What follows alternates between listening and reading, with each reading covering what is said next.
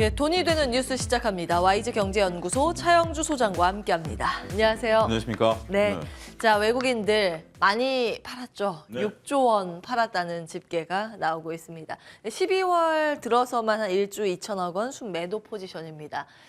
아듀 행진이 빨라지나라는 주제인데 다음 보겠습니다. 한미 금리 역전폭 125bp, 1.25%포인트 나고 있습니다. 어제 연준에서 50bp 인상하면서 이렇게 폭이 좀 커졌고요. 22년 내 최대죠. 외국인은 국내에서 자금을 빼는 움직임이 최근 나오고 있고요.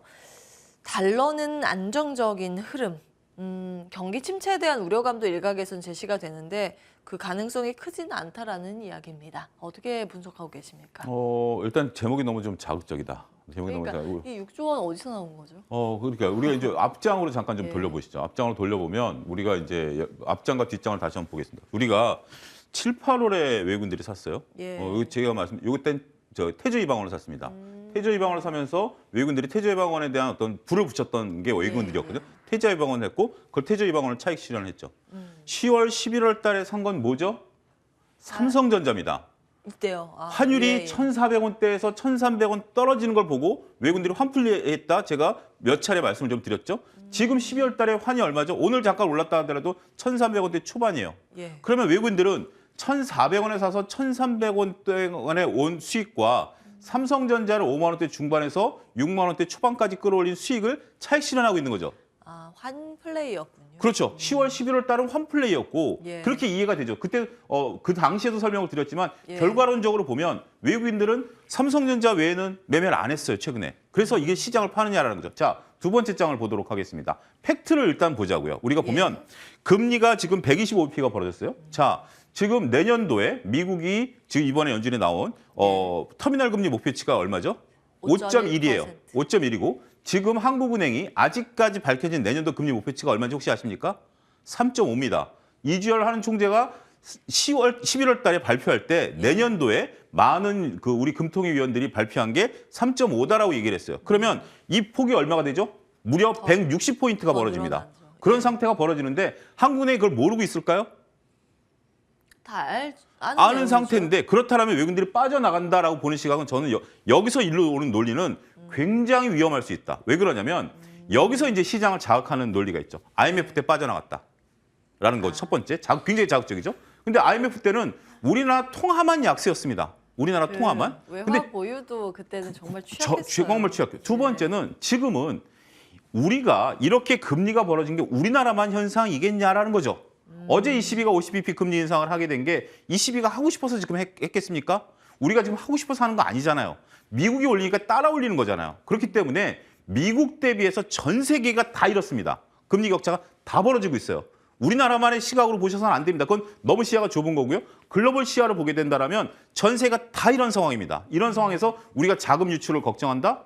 그건 너무 단견적인 게 아니겠는가라는 거예요. 저는 이 부분에 대해서는 물론 우리가 금리 차를 바라보는 자금도 있긴 했어요. 근데 과거 사례를 보면 금리가 벌어졌을 때 일방적으로 나갔었다라면 이 논리가 제가 지금 부정하는 논리가 맞겠죠. 네. 하지만 우리가 금리 격차가 벌어졌을 때 케이스 바이 케이스 달랐다라는 거죠. 뉴스 기사를 보면 어쩔 땐 들어오고 어쩔 땐 나갔다. 그러면 그게 어떤 금리 격차라고 우리가 이해할 수 있냐라는 논리의 근거가 되냐라는 거죠. 절대 아니다라는 거죠. 우리나라 경제 탄탄하고요. 우리나라 경제가 좋아질 거라고 보면 외국인들은 들어옵니다. 자, 극단적인 예를 들어드릴게요. 일본의 지금 기준금리는 얼마죠? 2%가 채 안 됩니다. 예. 그러면 일본에 외국인들이 투자를 안 할까요? 일본은 사실 좀 다른 포인트이긴 그러니까요. 이렇게 일본은 다른 포인트로 보고 우리는 금리 격차로 본다? 그건 또 얘기가 달라지는 거죠. 왜냐하면 기축통화의 측면에서 일본은 사실은 안전자산의 측면이 있잖아요. 안전자산, 똑같은 안전자산이라도 금리가 벌써 두세 배가 차이 나면 굳이 일본에 투자할 수가 있을까요? 당연히 미국으로 가죠. 그것도 금리가 격차가 작을 때인데 세 배가 차이 나요. 그러면 말이 안 되는 거죠. 그렇기 때문에 단순하게 이 금리 격차로 접근하시는 분들은 종합적인 사고를 안 하시고 단견적인 사고를 한다라고 제가 직설적으로 말씀드릴 수 있겠습니다. 지금 우리 체력이 그렇게 약하지 않고요. 단순하게 금리 격차로 인해서 외국인들이 나간다? 저는 그 걱정은 하고 있지 않다 이렇게 말씀드릴 수 예, 있겠습니다. 당연히 뭐 여러 가지를 봐야겠죠. 그 나라의 뭐 국력이든지. 그렇죠. 예. 뭐 수출입의 비중도 사실은 이게 변수고 네.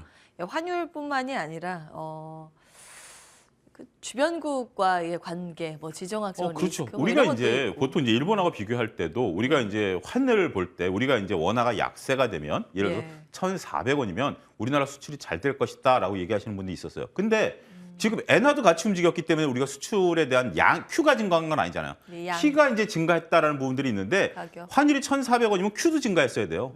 근데 지금 Q 증가는 없었잖아요.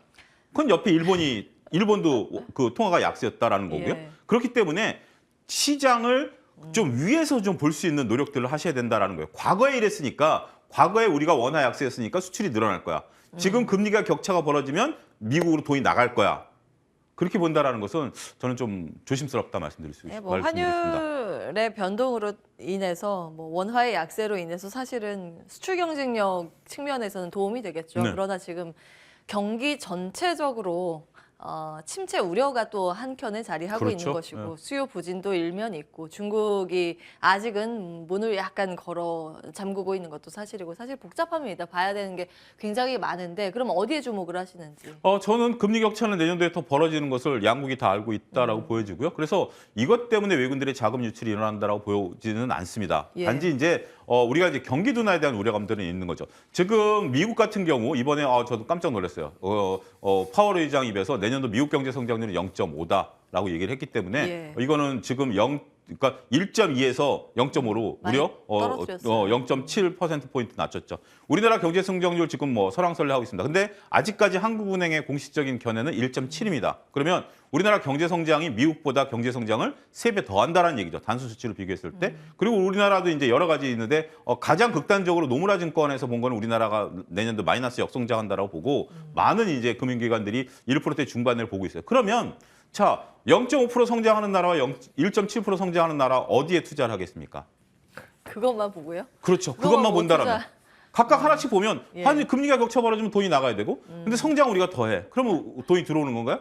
이런 걸 종합적으로 본다라면 저는 이 지금 기사에 있어서 포커스 외국인들이 단순하게 나간다라는 것은 결국 우리나라 내년도에 펀드멘탈 경제 성장률이 어떻게 되느냐 여부에 달려 있다 이렇게 결론 내리고 싶습니다. 사실 월가 아이비들이요 중국에 대해서는 투자 의견 좀 분분한데 네. 한국에 대한 투자 의견은 거의 일치해요. 내년도 상대적인 경기 강세. 네. 그 이유 중에 하나가 이제 중국에 대한 그 리오프닝 가능성에 대한 수혜 기대감. 그렇죠. 이것 때문에 사실은 올해는 좀 힘들더라도 내년 중반 정도 되면은 시각이 바뀔 거라는 이게 이야기가 저는 굉장히 많은데. 흥미로운 것 중에 하나가 이제 월가의 시각에서 어차피 예. 골드만삭스가 홍콩에서 나온 보고서가 있었고 예. 그 뒤에 뉴욕에서 나온 보고서가 있습니다. 근데 이게 말이 골드만삭스지 홍콩에서 근무하는 친구하고 뉴욕에서 근무하는 친구가 서로 다른 견해를 볼 수, 남남이라고 봐야 되겠죠. 그쵸. 그렇죠? 예. 여러분들이 그렇죠. 여러분들 회사에 있어서 서울에 근무하는 사람과 부산에 근무하는 사람이 서로 간에 안면은 알아도 일을 같이 한다는 개념은 아니죠. 근데 공교롭게 의견이 일치했어요. 이번에 이게 굉장히 특이해요. 그러니까 그렇죠. 한국에 대한 투자 의견이 거의 다 일치하거든요. 일치했어요. 홍콩에서 나왔을 때 그 보고서를 보면 우리나라가 투자가 좋다라고 그때 우리가 다뤘었잖아요. 11% 내년에 성장한다. 그래서 2,800선까지 올라간다라고 얘기를 했었고 그 저희가 다룬 다음 주에 뉴욕에서도 비슷한 뉘앙스의 보고서가 나왔어요. 그렇기 때문에 결국 아시아 쪽에서 본 우리의 시각과 미국에서 본 우리의 시각도 긍정적이다. 이 부분은 우리가 굉장히 참고할 만하지 않나 싶습니다. 특이해요. 굉장히 이게 특이한 상황들에 네. 대해서 저희가 이제 지속적으로 말씀을 드리고 있습니다만 물론 지금 당장은 어렵다는 게 중론입니다. 그렇죠. 지금 당장은 어렵죠. 이 이후에 그 시나리오가 좀 맞았으면 좋겠고 네. 예. 그에 따라서 전략은 어떻게 가져가면 좋은 것인가에 대한 고민들. 근데 지금 예. 이제 이게 이제 단기냐 중기냐의 시각인 것 같아요. 예. 지금 단기적으로 봤을 때는 이 금리 문제가 아니라 일단 추운 겨울이 시작됐다라고 봐요.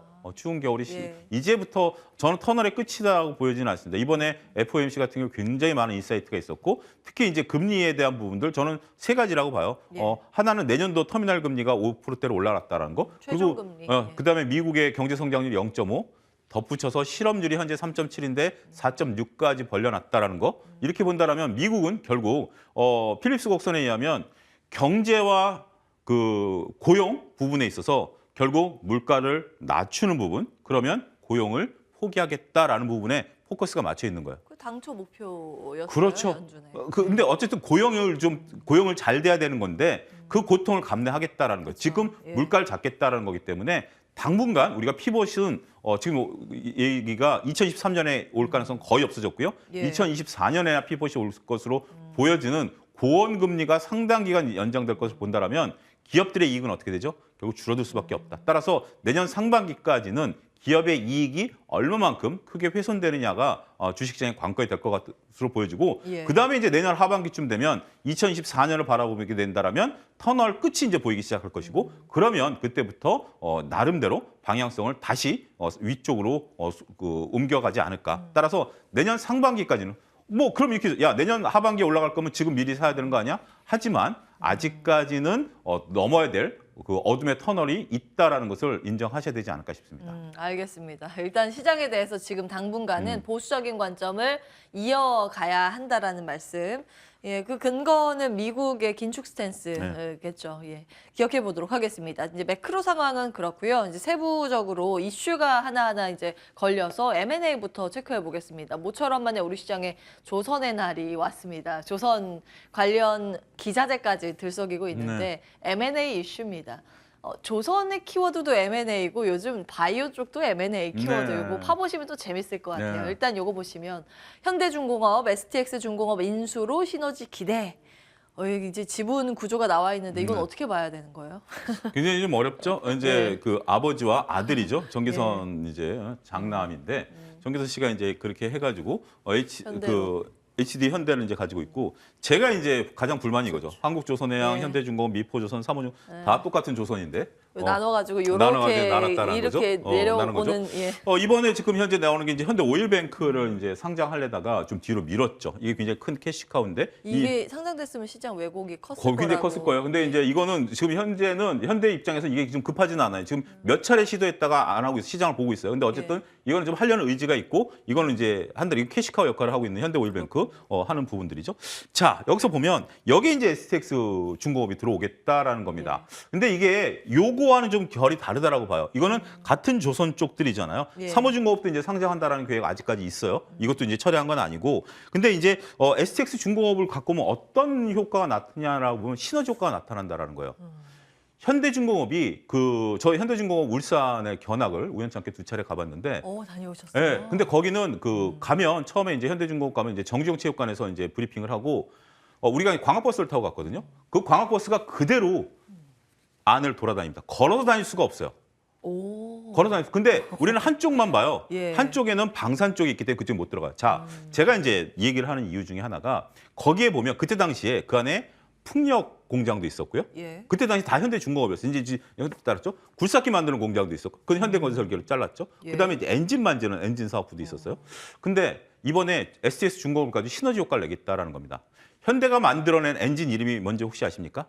힘센 엔진이에요. 엔진 이름이 힘센 엔진이에요. 좀 영어로도 발음하기 좋고 우리나라 입장에서는 확 느낌이 오죠.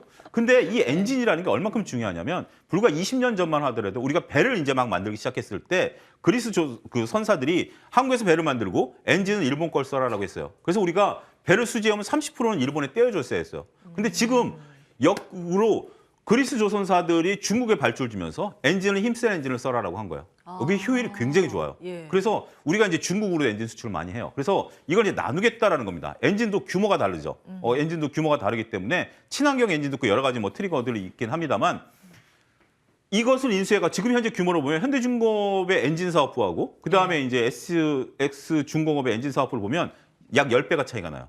그리고 SX 중공업은 소형 엔진에 강해요. 그래서 현재 지금 우리가 미포조선 쪽에 들어가는 컨테이너선이라는 중소형 쪽은 여기에 집중하겠다라는 게 현대중공업의 보관이고 지금 현재 자신들이 하고 있는 것은 어마어마하게 큰 거, 그다음에 이제 친환경 그 LNG 엔진이라는 이런 쪽에 개발하겠다라고 한다라면 전 충분히 시너지 효과가 날 것으로 보고 있고 그 부분에 대해서는 더군다나 이번에 그 현대 측에서 밝힌 것은 조선해양이 갖고 있는 캐시플로우를 가지고 충분히 인수할 수 있다라고 보면 유상증자에 대한 부담도 없고요. 그다음에 차입에 대한 부담도 없기 때문에 저는 이거는 시너지 효과를 기대해 볼 수 있다 말씀드릴 수 있겠습니다. 예, 투자자의 관점에서는 굉장히 중요한 포인트예요. 네. 유상증자 차입에 대한 부담이 부담이 없다는 없어요. 것.